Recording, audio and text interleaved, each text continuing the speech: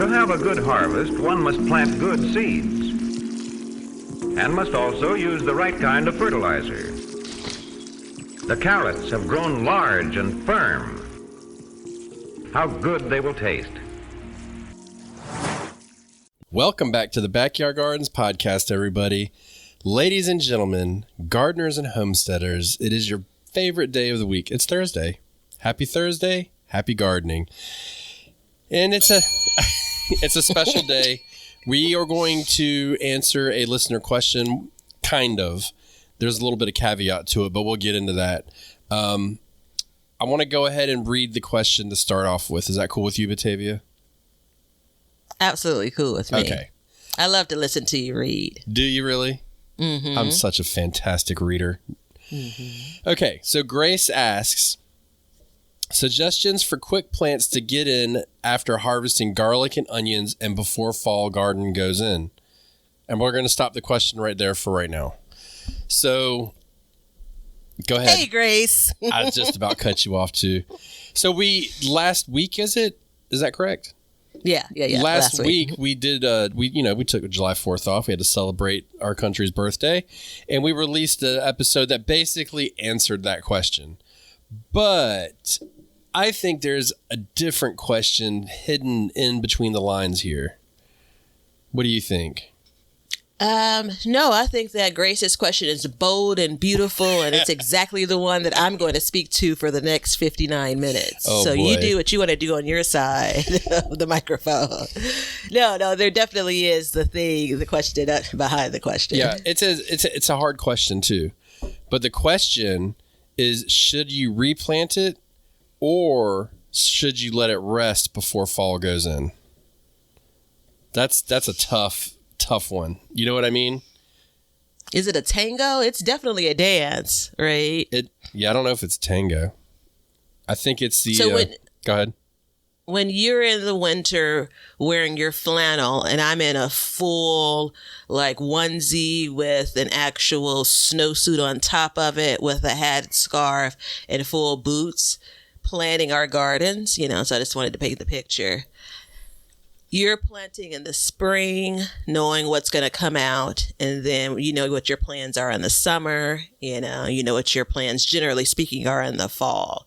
So this period that Grace is talking about, do you plan for this or do you wing it? Are you asking me? Yes, I am. I plan for it. Yeah. I don't know if I've ever experienced anything in conversation with you where you're winging it.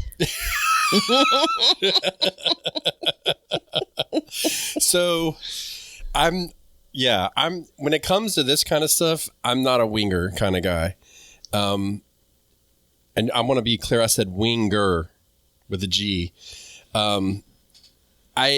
There's definitely aspects in which I do, but I think with the garden, I like to be very methodical and I would say really.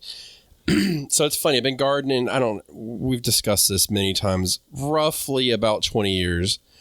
I think in the past 3 years, I've really started to get into these time periods, which are really awkward. Because if you think about it, first of all, we have to say this out loud. All onions come out at different times. So when do your onions come out of your garden? This year, I'm expecting them to come out around August. And an optimal year, it probably would be more like late June, early July. Okay. So for us, because you use long day onions, correct? And I grow short day onions. And so we're like late May, early June, like anywhere from the middle of May to the middle of June, roughly. Yeah. Not even the middle of June. And there's a chunk of time left over. And so when I started growing onions, I really had to sit back because I looked at the harvest dates. I started getting into probably about 5 years ago harvesting times, especially when we started this podcast, it graduated quickly because we were sitting on here and we're like actually talking about it. And that's when around the time frame when I was like, okay, I had been wanting to get my garden more serious for us to feed off of and, really make a dent in our food. Maybe it was 6 years ago now. And so I was working my way up to that. And then we started the podcast and the YouTube and everything else. And then it just kind of started snowballing. And so once I did potatoes, onions, and I'd always done garlic. But once I started doing all of that, and I noticed that, like, okay, those are going to come out at really odd times. What do I do next? And I had already been playing with some of the quick crops that we had talked about in the previous episode. So, like bush beans, space fillers, stuff like that. Mm-hmm.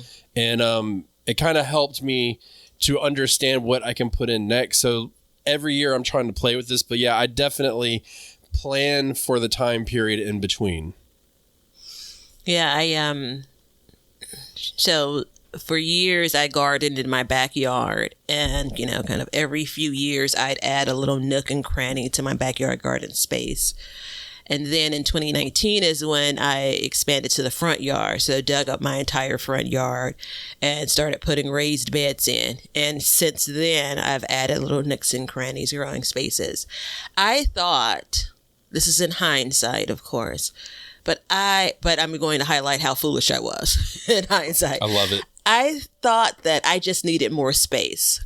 I thought that was what I was just missing, right? I knew I had been reading, I'd been studying, I had been watching all kinds of videos and material and all of the things to like invest in. I want to grow more, right? That was the theme. And growing more, I looked at my little backyard garden and said, this is great, but I need more space.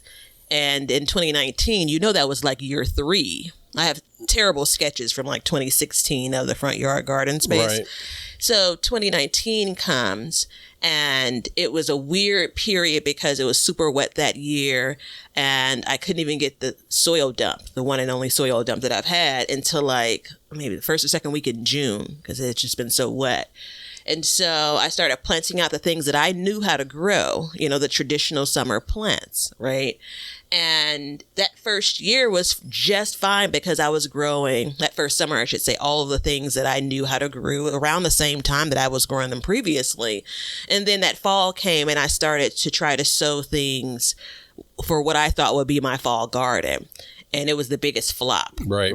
So the biggest lesson in the when I look back on it is it wasn't just about more space. The timing was crucial. So that next year, I knew what mistake I made with fall, but I still wasn't aware of that kind of, that shoulder period of your June, July, August. What are you planting? What are you growing? Right. I wasn't at all pulling crops out of my garden and then saying what's next the prior 12, 13 years, right? It was like one shot and you're done. Now I'm in this space where, guess what? My garlic, similar to Grace, is ready to come out. What now? Right. And when we first started all of this, I was like everybody else that's listening to this episode and watching both of our YouTube, Sandy Bottom Homestead and Be Better Garden.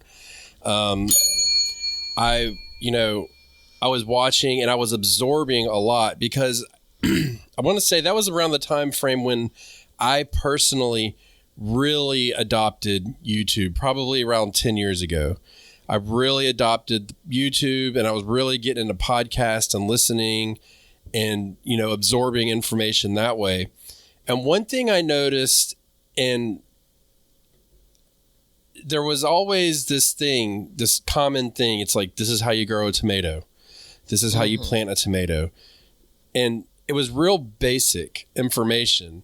And I was a lot like you, where I was like, I need a bigger garden. Well, then I started looking at it and I was like, I don't think I need a bigger garden. I think I need to learn how to plant my garden better. And so, and I could never find anybody talking about that kind of stuff, about timings of things that go in the ground, the gap seasons or split seasons, whatever you want to call it, awkward timings. You always see your basic information, you see a little bit of companion planting, and then there's a little bit about certain vegetables and stuff like that. But like as a whole, because I don't, I often say on here, I treat my raised beds as individual gardens, but when I grow, everything is together and it all has to be cohesive to an extent. You know what I mean? Mm-hmm. Like there's timings when things are going to come out and we need to make a good decision on if we can put stuff in, because I got tired of wasting my time putting something in the ground that was not going to produce or was going to struggle to the point of like, oh my God, it's going to get cold. What do I do now? Or it's going to get hot really soon. What do I do now? What do I put in this spot? How do I keep it going? How do I keep it alive? Like that's not where I wanted to be in my garden, because it's just not efficient. Because I'm going to be real truthful with you and everybody else right here. There are times in the summertime where I absolutely hate being in my garden because it's hot and it's miserable. And I'm like, I just want the plants to go out there and just be like, look, it's on y'all, dog. Like you can either make it or you can break it, And I want to figure out how to do that. And I feel like each year I get closer and closer to that. And sometimes I might take a step back and, kind of fail a little bit. But then the next year I'll kind of move ahead again. And when I started planting those 3 main crops that we had discussed, onions, potatoes, white potatoes, that is, and garlic, that came out at those weird times, that's when I was left with a decision to make of, is it going to stay this way or what do I do? And we can see where I ended up with that is trying to figure out that season. But see, I don't always replant. Some stuff I do, some stuff I don't. So it's just kind of, you got to keep that in mind. Yeah, I think, so I have not always replanted, but it wasn't like, that wasn't the plan going in. I felt like I wanted to get something else growing. And the period of time that we're talking about, so my potatoes never come out in June or July, right? Okay. Generally speaking, if I were planting them at the earliest possible, that's the thing for me in my space. If I'm planting them at the earliest possible time here in Chicago, then we would be, the period of time we're talking about, like when this podcast is being released, would be the time I'm pulling some of these things out, if my calculations are right. But I'm not. So I'm looking more like 4 to 6 weeks off. And so this is, it's already come together. There's already, the light bulb moment has already been had. I end up being in that real awkward space. So I almost missed the window of the question. Part of the question was between onions, garlic, and for you added potatoes when they come out.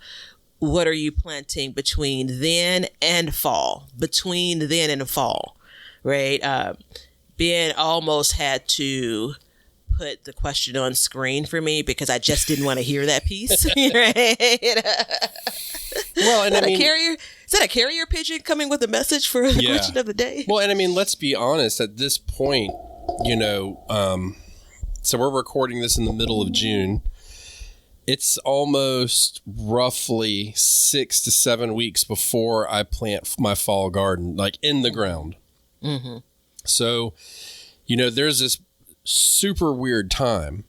And this is where, we've talked about this over and over and over again. And we continue to talk about it because it is so important. And that's the planning portion of the garden, which I'm just going to go ahead and say it right now. The sponsor of the show is the Planter app.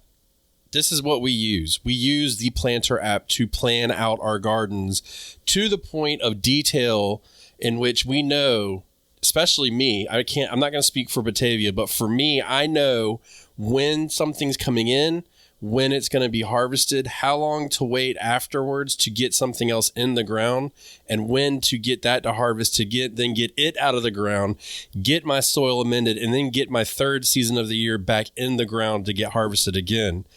So we use all that. It's a drag and drop interface. It's got all the plants and varieties you need, flowers, vegetables, you name it. It's in there. It's a square foot design. I've got multiple profiles saved. It's on the Apple and Google Play Store. Use the link below to get yourself a nice, decent discount on it. And use it because this is part of what we do. And it's the Planter app, the PLANTER app. But that part of it is super important for this because if you wing it, let me take that back. If I wing it, I fail every time. Like I don't have that capability in me to just be like, No, I do know some plants that we mentioned in that last episode, which clearly we're not going to go over them. So you should probably go listen to that if you're curious. But there are some plants in there that I can judge to fill a gap and maybe extend a little bit. But typically for winging it, that doesn't really work for me. You know what I mean? And so the one thing I would say would be like the bush beans, like the ones we have in our store on Etsy. You can use those for sure to fill a gap, but some stuff you can't. And so having that solid plan has what's gotten me through it. And it's given me the discipline to know, and I keep teasing this because we're going to get into it, when to plant and when not to plant in between seasons. Mm-hmm. There is, just because you can doesn't necessarily mean you should, right? Yeah. Sometimes we talk about the garden and growing food in a very logistical way, right? And I'm not talking about the whimsicalness of it. Don't worry. Not this time.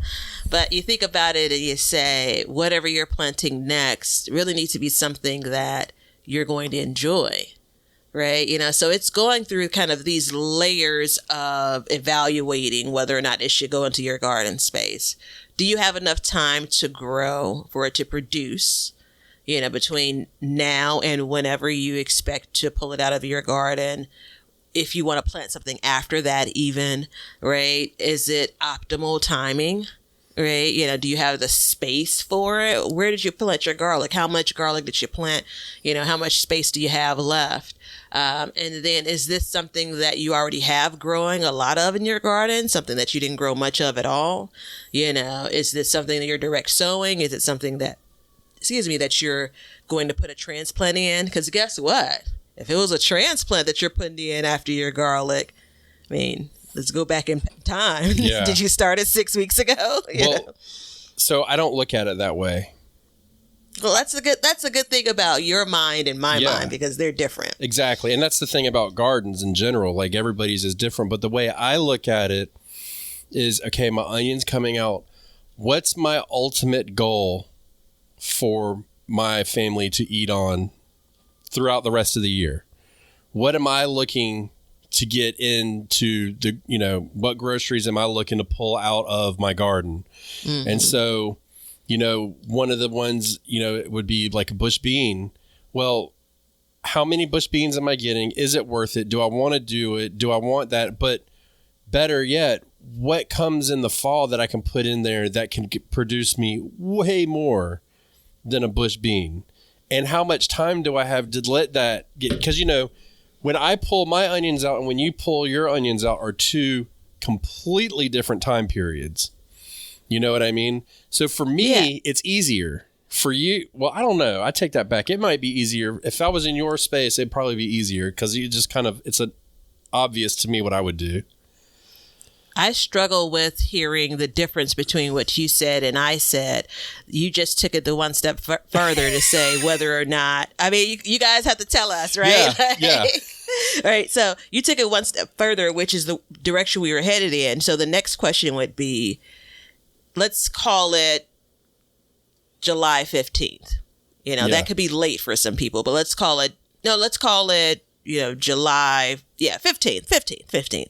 So we're looking at the calendar, it's July 15th. You can produce something in your garden between between when you plant on July 15th and fall. You could have something in between. But the step you took further is, what if you wait one more month? Yeah. And August 15th, you plant something that's going to be for your fall. And you're going into a period of time where that thing you're planting for fall loves the weather more than whatever you're going to plant on July 15th. Right? Like that's a part of the question. That's a part of the formula. Yeah, it is. But I want to put it in perspective real quick. So you gave us a hypothetical date of July 15th. I'm going to give you the actual date of June 1st. And within those 45 days, I could direct seed and be 1 week away from having something harvestable off of it. So that says a lot to me when it comes to Like that's when I'm thinking about it, I'm like, okay, well, when do I plant or what do I plant? And I start looking at the days to harvest, estimates that are out there. Like that's a big difference, right? So I just pulled my garlic out last week. I pulled my onions out a week or two before, and they're in the same bed. And then I pulled my garlic out, which now rendered that bed totally empty. Mm-hmm. So I had to make that decision of what am I going to do, right? And so I went ahead and replanted it with something different. A long season crop at that. I put corn in it. So I'm in it for the long haul. I don't think I could have picked a longer season crop to put in other than like a sweet potato. Yeah, which for you still puts you in between. You can put some things, if my math is correct, you can put some things in place once you pull that corn out for fall. It could be a bed full of radishes, right? But it could be something for fall. You're basically, I guess my point is, you're pulling out that thing that was planted early and you're getting kind of this mid-growing season crop in. Yeah. And then you're planting for the last time in the year, potentially. The 45-day period is interesting because, pardon me, good night. What did you eat? The list of vegetables for the period of time all of you are in your garden. So that June 1st period, for all of you all listening to July 15th, your weather all across this globe is different. Yeah. Right? So my June 1st to July 15th, yeah, I can put some things in there, transplant some things for sure, and get a harvest in that 45 days, right? But there's not like a endless list of things. No. You know what I'm saying? But you have the ability to narrow it down because you hit the nail on the head. Bam. You said you could put a bed of radishes in. Yeah. And so that's exactly the plan is we know. Like I planted them in early June. It's roughly a 90-day crop. So you've got June, July, August. So around September, they should come out. So if we choose to do so and we plan on doing a turn and burn, we're going to pick quick fall varieties to go in the ground. There's a episode coming up soon about that. So just stay tuned. But, so we'll put stuff like that in. That doesn't need to be there a long time because we have an ultimate goal for these garden beds. That garden bed's going to be worked really hard this year. So we want to give it time to rest. So we got to get it to a point where we can get our food and then boom, be done. My point is I agree. And when you're subbing in something like corn and saying, all right, that's the thing I'm going to put in after my garlic. Everyone loves corn, like that makes sense, right? But if you look at my window where, let's call it, instead of June 1st, it's July 1st when I'm pulling out my garlic, which is like we're recording in mid-June. So it looks like it's going to be July 1st for at least one patch of the garlic that I have.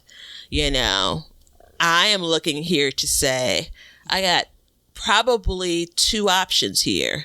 Go long like you do, but if I go long, it's going to take me through the rest of the year.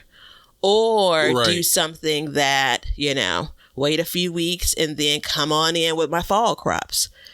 So I'm looking at that. If I had planned this out better, right? Because I was thinking that I'd get my garlic harvest much later. I would have some corn seedlings to come in behind that, ironically enough, that garlic, right? I would have started some in some pots, and I would have transplanted them out there. I should have done that. Yeah. Well, just look, add it to next year's list, to the note section in the planter app. It's too difficult. But I'm now looking at this, and believe it or not, I've considered, and I'm considering by the time you hear this, it would be done if it's going to be done. I still have sweet potato slips. So. What year is it? July 1st. I planted my sweet potatoes like June 15th or something, right? And it's normally around that time. So that's not necessarily late for me. Right.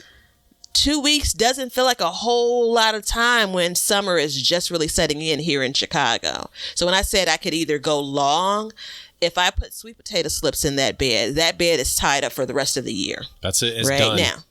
Yeah. And the risk, though, is it's not optimal. It's not absolutely late, but it's not optimal. right? 2 weeks on one hand seems like it's a short period of time, but 2 weeks is in the middle of summer. You could have massive growth in 2 weeks, so as of this recording, I'm still flipping the coin. I have a handful of days to figure it out. So there's that. Yeah. But I could go with something that's, far less dramatic. You know what I'm saying? Yeah. I could put squash in even, summer squash, of course. Absolutely. Absolutely. And that's the thing too. So last year, if you were watching me on YouTube, you literally saw this unfolding within my garden.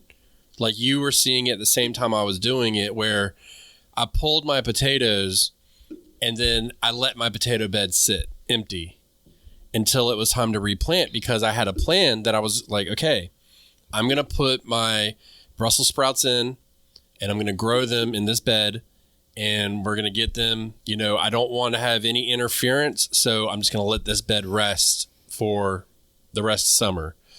And it was hard to do. It was hard to walk around and be like, yeah, look at this. We got this garden full and then we got this empty bed over here. But in the long run, it worked out really good, because when it was time for me to plant, I didn't have to worry about anything. All I had to do was go plant. That was it. I just had to dig in and put my plants in the ground. And then in the middle of winter, when everything else was kind of struggling and doing whatever, the Brussels sprouts were there shining the whole time, And so it gets to this point where, maybe you shouldn't always replant, and knowing what's going in after that crop. So when your potatoes come up, again, mine come out in early June. So I didn't plant, I planted on the 1st of August, which now I need to adjust and go a little bit later because of the heat. So I let them sit for 8 weeks with nothing in there. I just mulched it and let it sit. So now I can go back and say, I wanted to make sure that it was emptied and ready to go. But if you have a crop that needs to go in sooner than later, I think it's best to not take that chance. Go ahead, let that bed rest and energize for when you are ready to replant it again. Go ahead and mend it and get it ready and let it sit, as hard as it may be, but you'll reap the benefits in the long run, right? I think it's a part of who you are as a gardener too. Yeah. You also have to recognize, are you just filling this space, and are you going to give the attention that newly planted space needs, right? So the kind of tucking in a plant here or there, it's fulfilling the need of, let me make sure my space isn't going unused, right? But are you going to come back and say, wait a minute, what did I even sow there? What did I, am I going to keep an eye on these young seedlings that I'm transplanting? So you have to, that's the reason why I asked, do you wing it or are you planting it? Winging it, which I've been known to do, it's prime for, that thing didn't even take off because of XYZ reason. Because I really wasn't planting with intention to begin with. That's the reason why we love this question so much. And it went from, a 10-minute segment on the show to the full episode. There's a number of considerations here. One of my favorite things that you said in a video back in June on Sandy Bottom Homestead. You love it. I love to hear you talk about it. You love to talk about it. I just hope everyone loves it as much as I do. After the summer solstice, the countdown is on, quite literally, right? So coming from that period where you're pulling that garlic out, you're pulling those onions out, you're either approaching or you just passed a period where now we have less and less sun. Right. And so I was chatting about this in a comment recently. I used to look at my garden and say, like, all of these little nooks and crannies were a disadvantage. There are definitely places that are much shadier than others in my garden. And this time of year, that matters the most. Yeah. This is the beginning of when that really starts to matter. Right. Because the place that I have in the under the window in the front yard garden, it doesn't get sun until like 9:30, 10 o'clock. It starts to get full sun. That's a lot of time in the day, and then it gets, what's that, from probably 10 o'clock until 3. Things do well there. I mean, some real summer plants do well there. But guess what? They have to fight very soon, fresh out of the, the germination chamber, because there's a lot that's sitting in front of them. Right. With the rest of the garden. So when I think about, because I have on my list, consider growing garlic in this space next year. Never grown it there before. All right. Maybe that works out. Now the question becomes, as we talk about this, what happens after the garlic is pulled in the next year? Right? Do I let it rest? Do I plant something else? So those are the kind of things that I'm trying to be more planful about, because I'm definitely not there. Yeah. Yeah, and I mean, I think it's it's one of those things too. I mean, clearly Grace is asking about a fall garden, so she's planning on having a fall garden. And I will say this, if you're planning on having a fall garden from Jump Street, like if you wake up January 1st and you're like, this year I'm going to have a 3-season garden, and that's it. I'm going to have a spring, a summer, and a fall. Then when you pull those crops out, before you go to put something else in there, think about what's coming in the fall. Because if you don't have a plan for a fall garden, then go for it. You know what I mean? Like, put whatever you want in there that you, within reason, that you feel like you can definitely get a harvest off of. But if you want to come back and you want to put something like a cabbage in the ground or broccoli or something like that, and you feel like those spaces are going to work for it, think about when it needs to go in the ground. And then start doing your countdown back, because, and that's, the thing about the day after the summer solstice, it's 1 minute less of daylight every day. And then it starts to ramp up a little bit more. That's one of those things I never heard before in relation to the garden. Like, I knew that the days got shorter, but I never heard people talking about it. Mm-hmm. They never talked about that kind of stuff, it's so important. Because I know that come September, middle September, I'll stand out there and I'll be like, dang, it's really getting dark early now. Like, it'll start to kick in, you know what I mean? And you'll see that plants are not growing as fast as they should compared to the spring, when it's just like, slow down, guys. Let's take it, take a break. You're pushing hard. So it's and you have to think too, not only are you getting less sunlight, you've already clearly grown a crop in that space. So your soil is tired at this point. It's hot. It's probably dry. And you're tired. And that's a recipe for disaster. So it's up to you and how much you want to take care of it as well. You have to ask yourself, like, hey, if I go and I'm going to put cabbage, because, cabbage is a long season crop. Whether you like it or not, that's just all there is to it. It takes a long time for it to head up.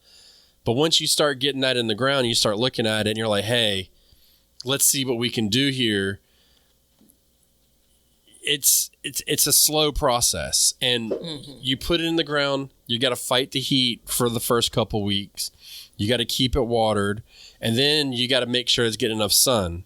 So all of these things are kind of working against you. So you may not want to do that. And you may say, hey, let me just go ahead and put something in now when the perception is that it's easier to grow. Meaning, there's plenty of sunlight. There's no fear of cold coming in. You've got months until minimum, I would say roughly 8 weeks from the time you harvest your garlic until your first frost? Yeah, I'm glad. Oh no. Let's see. I'm just saying minimum. 30, 60, 90. I had about 90-ish days. Yeah, something like. So you could harvest your garlic and put corn in.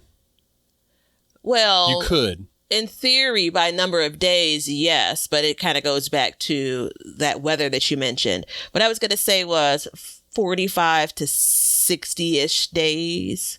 Maybe 45 to maybe 60 to 70. If you're in that window and you plan on planting a fall crop, so you've harvested whatever this early harvestable crop is, and if you're 45 days out from when you'd be planting your fall garden, my vote is to wait and plant your fall garden in that space. If you're 60 days out, my vote is to wait and plant your fall garden in that space.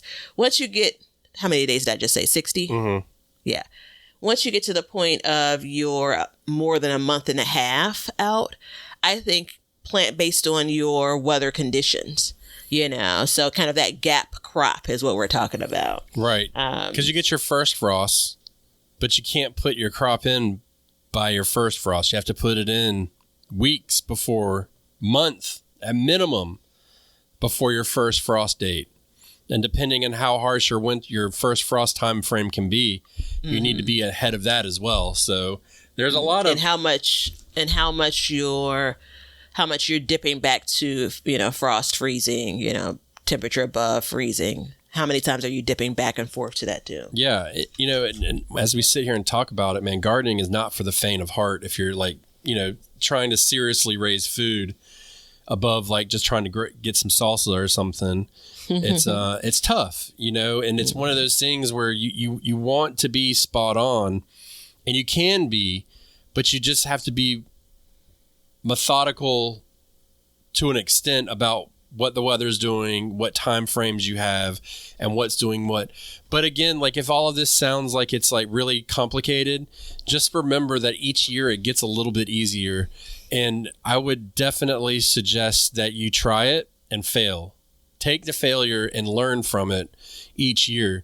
You pull your garlic out and you have something else you want to plant, go for it. Try it. You want to have a fall garden, go for it. See when you can put it in. I just had a comment on, I just released a video that was basically, if you haven't thought about planting, you're too late. And it's talking about fall. And a guy came on and said, he planted his garden last year and it didn't get big enough before the frost came, and none of the cold hardy stuff made it. So he's planting a month earlier this year. And that says a lot, because you start thinking about it and you're like, man, a month is a long time. And so, if you're crunched for time, I would not put a tomato in that spot. If you had ultimate plans for something else, I would not do that. I think squashes are a really good one for fall, though, or for late summer plantings, especially because you're probably past the squash vine borer, season and stuff like that. So you can get it in the ground. Yeah, if you already have some seedlings for some herbs, like a basil or something, the weather is nice enough to put into that space as kind of it's a temporary thing, because you have bigger plans for that space. But it's nothing wrong with transplanting some basil in and getting, month and a half of leaves, No, and I mean, definitely drop it in. I mean, that's a great crop, and then the frost will kill it off. If nothing else, you can just leave it. So there's all kinds of methods you can do it. But before you go and you start replanting stuff in the middle of summer, think about your ultimate goal for your garden, and think about their time frames that you have, and use it as a time to really study up on the growth times that, the growth rates of different plants and stuff like that. Because if you do it this year, the next year it's going to be even easier, and you can apply that to the whole season as well. I want to spend just a little bit more time there. Please. Definitely try it, document it. You're going to stumble, maybe all out failure in some cases.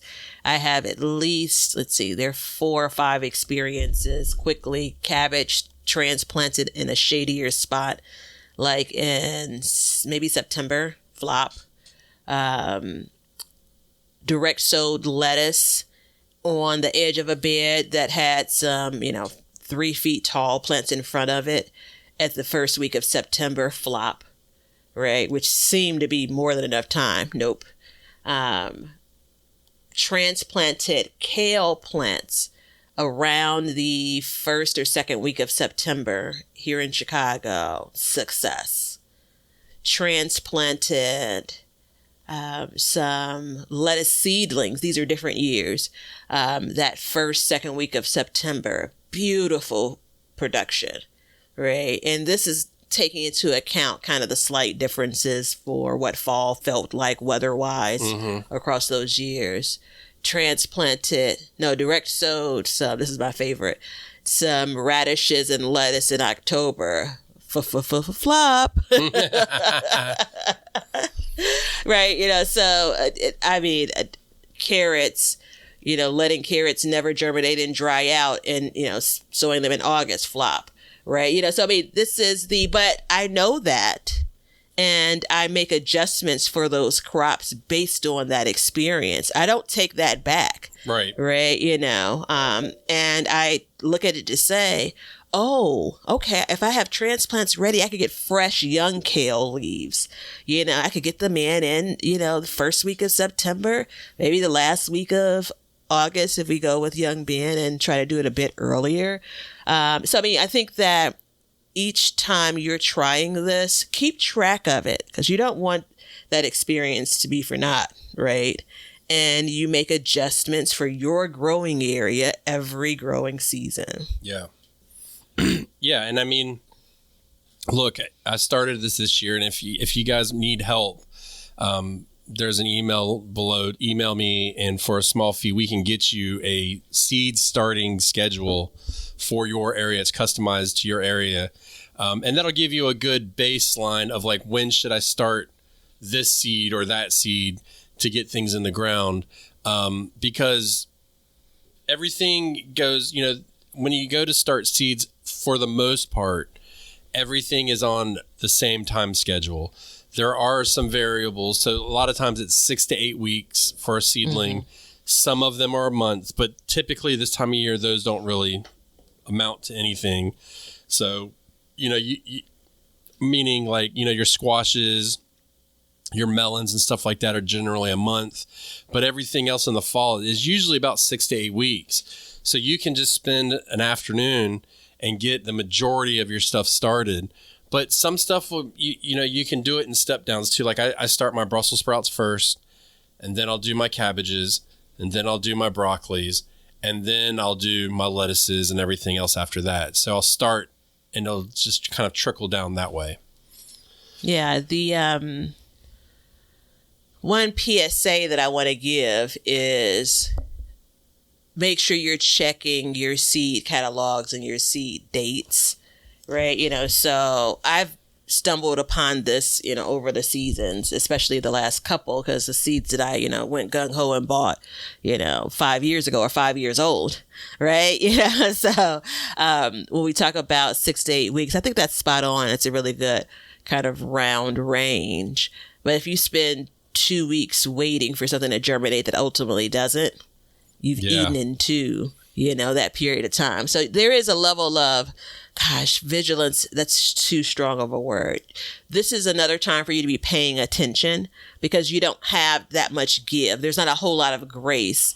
If you're in an area where you still have transplants in stores, like that could be your plan C or something. In my area, they're hard to come by. You're talking about 1 or 2 types of plants by then. Yeah. Yeah. And I mean, the thing is about fall is a very technical time of year to start a garden.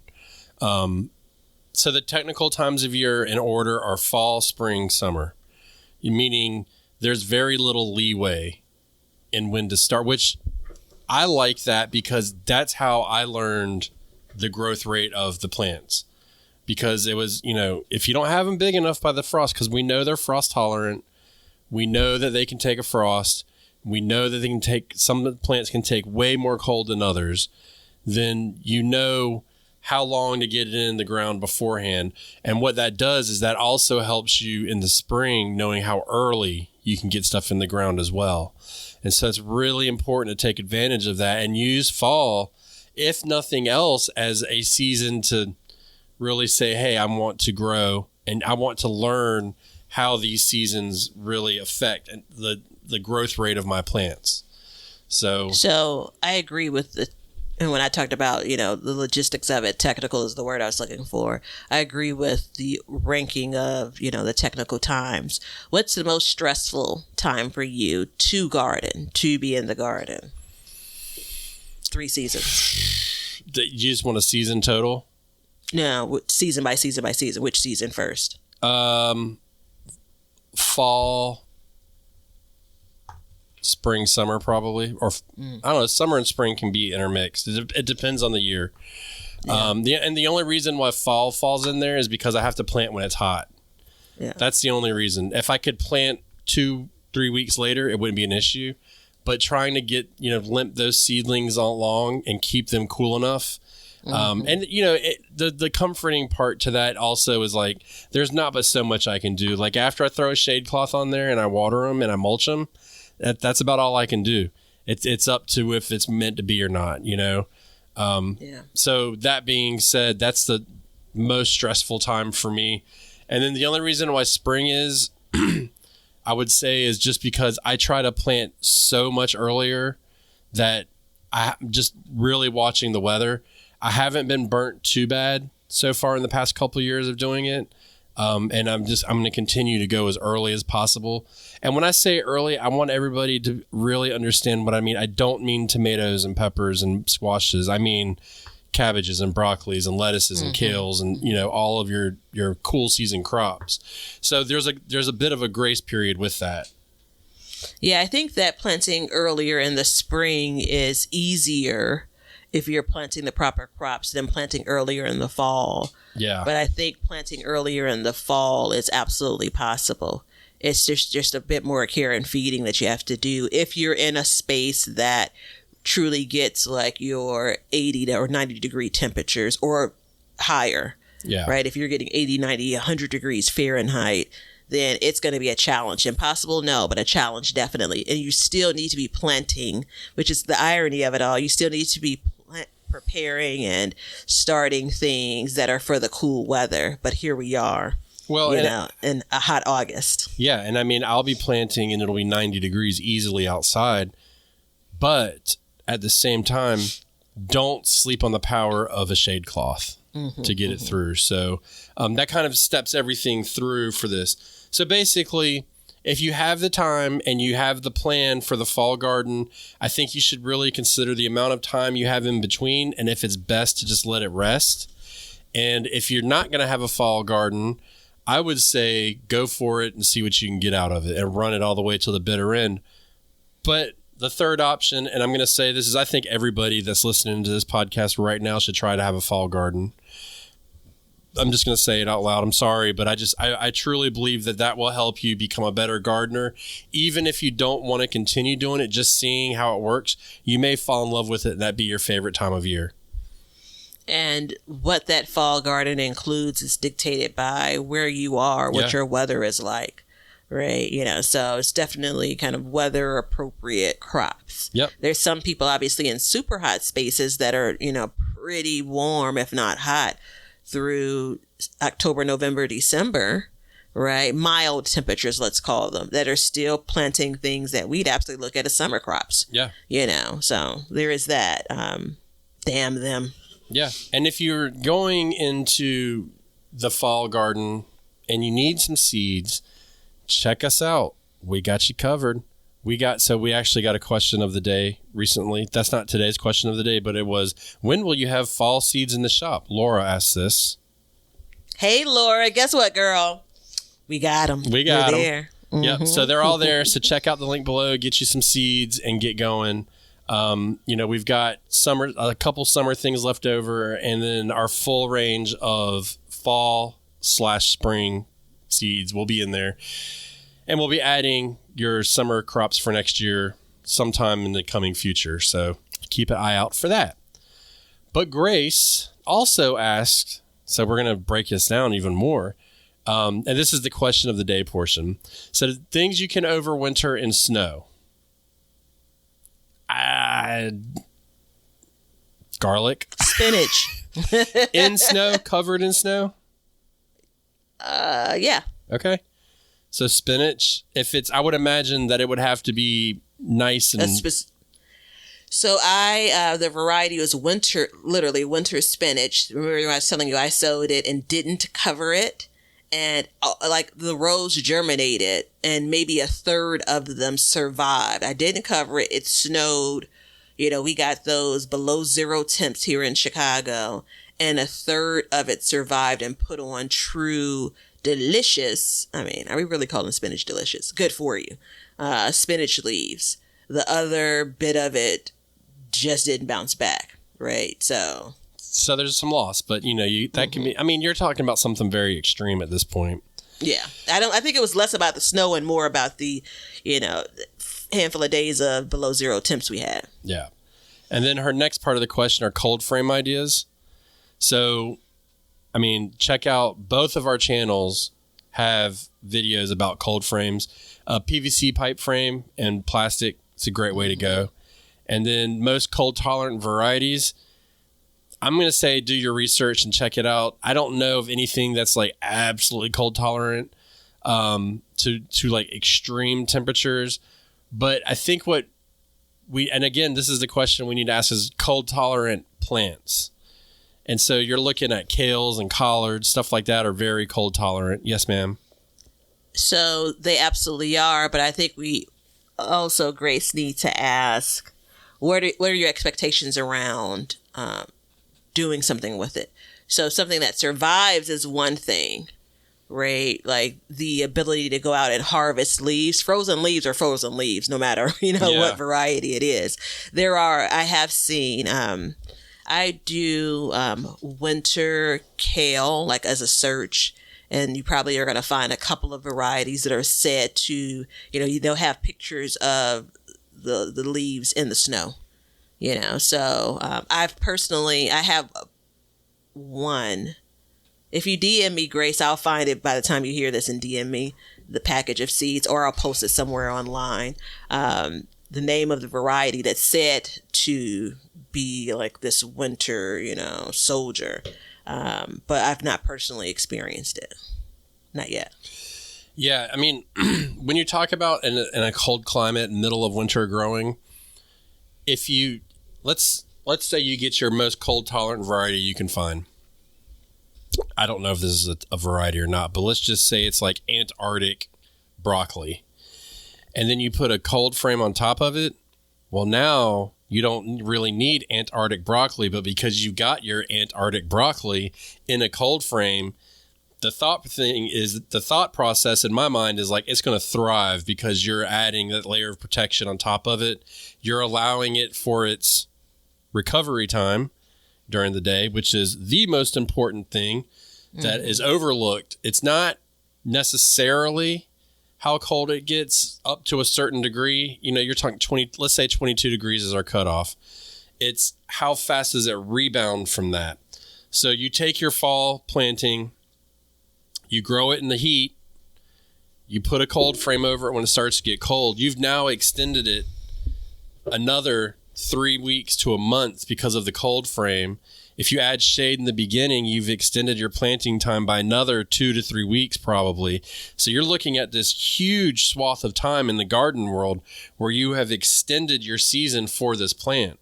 So it's not necessarily the most cold tolerant variety I think I would look at. I think it's the most, how can I help this cold tolerant variety that I've chosen through the growing season?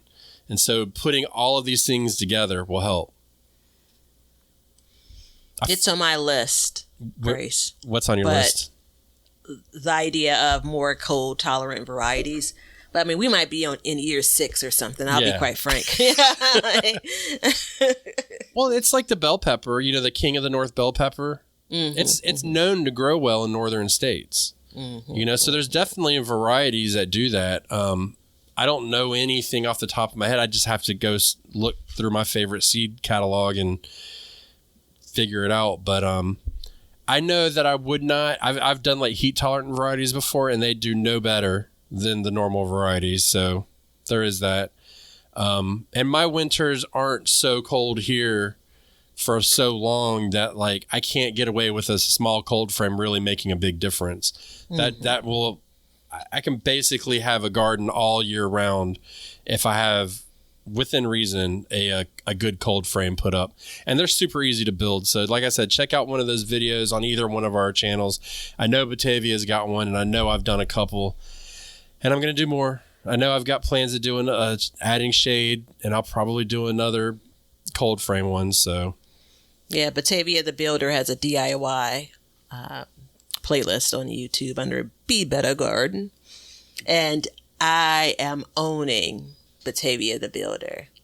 As You can only have Batavia. one. Yeah, I could have as many as I want. No. Absolutely. You can only have one. Pick one. Batavia the Builder or Batavia the Botanical. I'm going to have pins for all of these. I'm stuck with Young Ben. I'm not allowing you to have two. Listen, you know what? That would be great if you made the rules. But if in 5 years you haven't figured out that you don't. I make the rules. So it's funny. For Father's Day, my son, they gave him this thing at school and it says, "My father is," and then it had the word father, and then each letter was the beginning of a word, right? Mm-hmm. And this is gonna make me sound like such an ass, but I'm gonna say it anyways. Do you have any idea what it was for R? What word he wrote? My father is rude. I knew you would say that. No, right. I think both responses do come across kind of as and rude. Obviously, is the adult answer. I can't imagine that young David would say rude. So forgive me. Well, okay. So I'll give you this. What you went. So my son's 10 years old, and we're at the beach the other day, and we had been surfing for a couple of days straight. We were all tired. And my wife was like, "You haven't been worth a damn the other day when you were so tired." He was like, "Well, then I'm not going to be worth a damn for the next 2 nights because I'm tired today too." What are you supposed to say? He used it right. You know what I mean? Yeah. Like, we'll talk off air. There's something about the Southern twang with the way she speaks that makes me ask where she's from originally. Yeah. From around the area. But anyways, everybody, that's mid-season gap planting. I don't know what to call it. Do you? I think you call it both of those. We got to come up with like a solid name. I mean, not if we're going to, copyright it. Shh. Okay, everybody. Remember this, everybody. Check out our seed shop. Check out our Amazon list, too, below. That's got a lot of the stuff that we use in it. And also become a subscriber. Get the Planter app, Planter. I'm good at spelling, everybody. And remember this, we're going to continue to learn to grow and grow for change. See you in the fall. No, see you next week. See ya. Now you know why people feel like celebrating at harvest time. All over the world, people have feasting and good times when the crops have been gathered in. Thanks for checking out the show. If you like what we're doing and you'd like to support us, you can become a patron at patreon.com/backyardgardens, or you can be an Apple subscriber, and in both of those, you'll get an extra episode every month. You can also make a one-time PayPal donation with the link below, and you can get all kinds of gardening gear like t-shirts and mugs and cups from the link below at Teespring, and we have an Amazon store which has all the products that we use and recommend in our gardens, and it helps support our show. And we also add to this list periodically, so be sure to check it out periodically to see if there's anything that you need for your garden. Everything that you do, including a like and a subscribe and even a review, will help us learn to grow and grow for change. See ya.